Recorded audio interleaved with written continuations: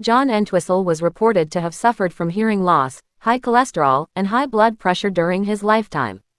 Entwistle was genetically susceptible to high blood pressure, according to a statement from his son Chris, after his death. In addition, Entwistle was known to abuse tobacco, drugs, and alcohol heavily during his career. John Entwistle's last public performances with the band The Who came in the United Kingdom in February 2002. In June 2002, Entwistle arrived in Las Vegas, Nevada, for an upcoming 3-month tour of North America with The Who. He had apparently previously undergone a medical exam for insurance reasons. He passed the exam, allowing him to proceed with the tour. Entwistle with The Who were scheduled to perform at Las Vegas Hard Rock Hotel and Casino on the night of June 28, 2002. Entwistle had rehearsed with the band 2 weeks before his death. On June 26, 2002, John Entwistle spent his evening in the company of friends and acquaintances, which included Alison Rose, an exotic dancer and groupie whom Entwistle had seen on previous visits to Las Vegas. Entwistle reportedly had drank alcohol, snorted cocaine and engaged in sexual intercourse with Rose before going to sleep with Rose in his Hard Rock Hotel's 6th-floor suite at around 3 a.m. on the morning of June 27. Rose later recalled that Entwistle was snoring that night and that he had apparently rolled over in bed at around 6 a.m. When Rose had arisen at about 10 a.m. and went to wake Entwistle, he was reportedly unresponsive and cold to the touch. Rose had attempted to resuscitate Entwistle but was unsuccessful. Paramedics were alerted, and they also attempted to revive Entwistle when they arrived. The resuscitation efforts by paramedics failed, and John Entwistle was declared dead at the age of 57.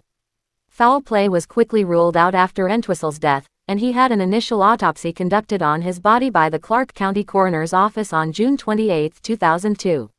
Entwistle's manager Steve Luongo stated in reaction to the death of Entwistle, "We lost the Jimi Hendrix of bass guitar." The manager of The Who, Robert Rosenberg, was reportedly saddened and shocked when he heard news of Entwistle's death. The show The Who was supposed to perform on June 28 was cancelled due to Entwistle's death. Surviving members of The Who, Pete Townshend and Roger Daltrey, had postponed the tour, contemplating resuming it. They would later relaunch the North American tour in July 2002, with bassist Pino Palladino replacing the role left by John Entwistle. His bandmates decided to go on with the tour in dedication of Entwistle.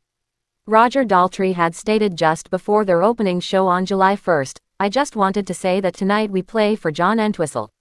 After Entwistle's death, it was revealed that Entwistle had been living with ischemic heart disease, reportedly suffering a fatal heart attack during his sleep. The results of the post-mortem analysis conducted by Clark County Coroner Ron Flood were released in July 2002. Flood had asserted that Entwistle's immediate cause of death was related to heart disease, with cocaine intoxication playing a significant factor in his death. His death was officially ruled as accidental but not due to an overdose. Another autopsy was conducted on Entwistle in his native England by a Tewkesbury coroner. In an inquest hearing in Tewkesbury Magistrates Court in Gloucestershire, England, Entwistle's cause of death was aligned with the initial conclusions made in the autopsy conducted by Coroner Ron Flood in the United States. It was revealed in this later inquest that Entwistle had ingested cocaine 3 to 4 hours before his death, according to forensic toxicology analysis. Evidence of a low level of alcohol present was also discovered. The amount of cocaine in Entwistle's system was concluded to be a moderate quantity that ultimately impacted the rhythm of Entwistle's heart, causing his death. According to Jeremy Uff, a consultant at Gloucestershire Royal Hospital, there was no evidence of a heart attack, just changes in the heart arrhythmia, an irregularity in the pumping action of the heart. It came to the consensus during this hearing that amount of cocaine that Entwistle took was fatal due to the debilitated pre-existing condition of his heart, and that it wouldn't have been lethal for the average individual.